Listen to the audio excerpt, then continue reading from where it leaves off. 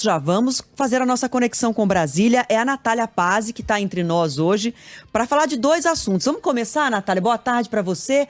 Vamos começar falando do depoimento de Mauro Cid, o ex-ajudante de ordens de Jair Bolsonaro. Havia expectativa de que ele, enfim, prestasse esclarecimentos nesse depoimento, mas ficou em silêncio, é isso mesmo? Está confirmado? Confirmadíssimo, Adriana. Muito boa tarde a você, Fábio, e a quem nos acompanha aqui no Entre Nós. A expectativa era muito grande para que Mauro Cid, tenente-coronel, ex-ajudante de ordens do ex-presidente Jair Bolsonaro, marcasse no peito e acabasse, de fato, aí afirmando que fez essas modificações, essas adulterações nos cartões de vacina dele, da família de Bolsonaro e também da filha mais nova de Bolsonaro. Inclusive, tinha a expectativa de uma blindagem em relação ao nome de Bolsonaro, uma possível atuação dele nessa fraude que está sendo apurada pela Polícia Federal, mas o que aconteceu foi que Mauro Cid chegou pontualmente às 2h20 da tarde na Polícia Federal para esse depoimento que ia começar às 2h30, ficou 40 minutos na sala com os investigadores da PF em silêncio. Não respondeu a nenhum questionamento dos investigadores da Polícia Federal. O que a gente tem nos bastidores, Adriana? Que essa foi uma estratégia dos advogados que fazem a defesa de Mauro Cid. Por quê? Porque com os autos dos processos e com essa investigação em curso por parte da Polícia Federal, os advogados estão percebendo que os investigadores têm muitos elementos, muitas provas contra Mauro Cid e que neste momento era melhor ele realmente permanecer em silêncio para não se comprometer e, inclusive, agora tem uma possibilidade de uma negociação com a Polícia Federal, pelo menos nos bastidores, há um medo de bolsonaristas em relação a esse silêncio dele, porque os bolsonaristas achavam, então, que ele ia assumir toda a responsabilidade, toda a culpa em relação a essa possibilidade de fraude que está sendo investigada pela Polícia Federal. É isso, Natália. Vamos lembrar que esses advogados que acompanham Mauro Cid, essa equipe foi trocada recentemente. Ele era acompanhado, assistido por advogados que também cuidam dos interesses da família Bolsonaro e agora ele está com uma outra equipe de advogados, especialistas em delação. Esse silêncio de hoje acendeu a luz amarela aí de que pode vir uma delação de Mauro Cid, já que ele não chamou para si mesmo toda a responsabilidade dessa fraude nos cartões?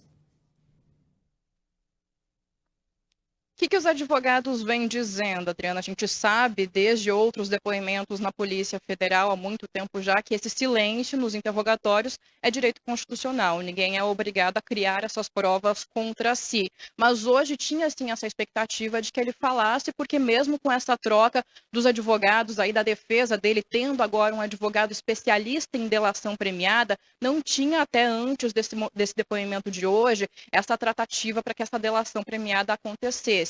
Agora, de fato, essa movimentação da defesa pode mudar.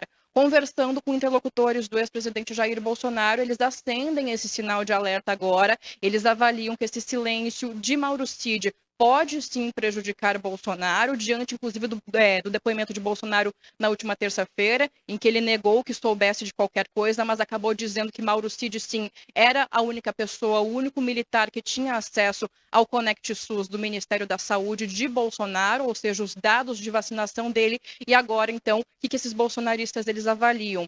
Que esse silêncio de Mauro Cid pode sim significar uma negociação com a Polícia Federal diante dos elementos, das provas que existem até o momento e novos depoimentos não estão descartados, viu, Adriana? Então a gente pode começar a pensar agora nesse medo dos bolsonaristas e nessa possibilidade de construção aí de novos depoimentos e como que vai ser essa estratégia de Mauro Cid daqui para frente. Lembrando, inclusive, que essa é a segunda tentativa de depoimento neste inquérito com Mauro Cid. As duas vezes, a primeira quando foi preso e hoje ele permaneceu em silêncio. Não tenho nada pra dizer. Oferecimento Fábio França para Mauro Cid. A trilha sonora do Mauro Cid hoje, né, gente? Que coisa. Ô, Natália, a gente tem mais 1 minutinho e meio. Dá pra falar da regra fiscal. Muito bom. Dá pra falar da regra fiscal que ficou finalmente pra semana que vem, depois da votação da urgência, né, Natália?